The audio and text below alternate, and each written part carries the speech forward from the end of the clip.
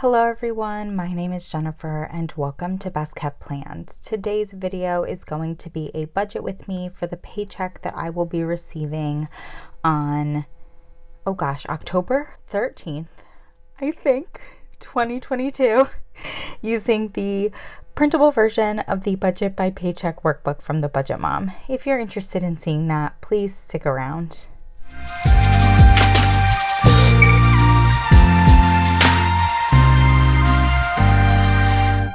So as I said in my introduction, this is a budget with me for the paycheck I'm receiving on October 13th. It's almost halfway through the month, but it is my first paycheck of the month because I got paid right at the end of September. So this paycheck here is going to be used to pay for any bills that are listed in this light blue color. So basically all of my bills for the rest of the month, because my next paycheck in the month is going to be utilized for bills in November. There are a couple of orange things listed on my spread for October. Those usually indicate things that I'm going to utilize a sinking fund for. So my father's birthday is on the 30th. I'll be utilizing a sinking fund for his gift. And then Halloween, I would normally use my holiday sinking fund to purchase candy, but I won't be doing that this year because I'll actually be away during Halloween. So I'm going to flip the page over. We're going to talk about my paycheck on the 13th. If I zoom you all in, as usual, we're starting out in the income section. I am budgeting my income to be $3,000 for my full-time job. We do have quite a bit going on in the bills section. My usual bills are listed here. They include my Netflix, my car payment, Optimum, Verizon, and my church contribution. But I also have listed Chase and Discover. So I did use my credit card to purchase some stuff pretty much in the month of September, I think. And so I do have to pay those off. My Discover, as you can see, got kind of out of control. I'm going to be honest, I don't even know that I fully remember what this is from. I think one of the purchases in that $461 is a meal that I pre-purchased for when I'm on vacation that I had to pay for ahead of time, but I don't know what the rest of it is. So yeah, credit card spending I think got a little out of hand with me in the month of September, which is unfortunate because now I have to pay it, but you know, it is what it is. If I add everything up here, it does equal $1,513.95. And if I subtract that from the $3,000 I budgeted my income to be, I'm left with $1,486.05, which is what I'm going to bring down to the envelope section of the Paycheck Budget Tracker. In the envelope section, that's where I put all of my variable expenses. For me, my variable expense categories and budgeted amounts don't change from paycheck to paycheck. So I always budget $200 for groceries, $75 for eating out, $75 for gas, and $150 for miscellaneous. All of those added up together do equal $500. And if I subtract that from the $1,486.05 I was left with after paying my bills, I have $986.05 to bring up to the sinking fund section of the Paycheck Budget Tracker. I am very excited over the fact that I am currently saving for my 2023 sinking funds.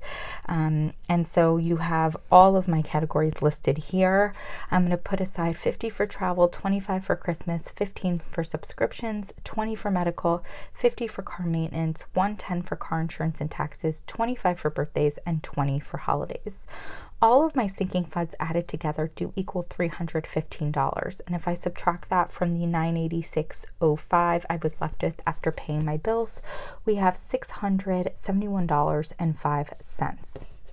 Now, I have been talking about the fact that I am back to my house savings being a priority for me, but also I really do want to pay my car off ahead of time, like early, and so putting extra money towards my car loan is important as well.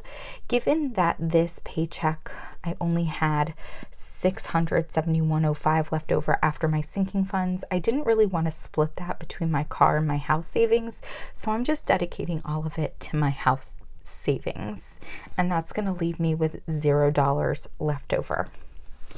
If I flip you all over to the cash envelope breakdown, let me zoom this out just a little bit so you can see everything. I had to do some interesting finagling because there's a lot of savings challenge things going on between the 2022 savings challenges from the Budget Mom, my 52-week challenge, and I really couldn't pull all of those challenges from one paycheck like I usually do. I usually pull them from my miscellaneous envelope, or I think I said paycheck, I meant envelope. I usually pull all my challenges from my miscellaneous envelope. The amount was too high to do that, so I needed to split things up. And so that did factor into my cash denominations for my miscellaneous category. It didn't really change my denominations at all for my eating out, but you can see that in pencil I've kind of written some notes to myself in here to remind myself where I'm pulling money out of for my challenges.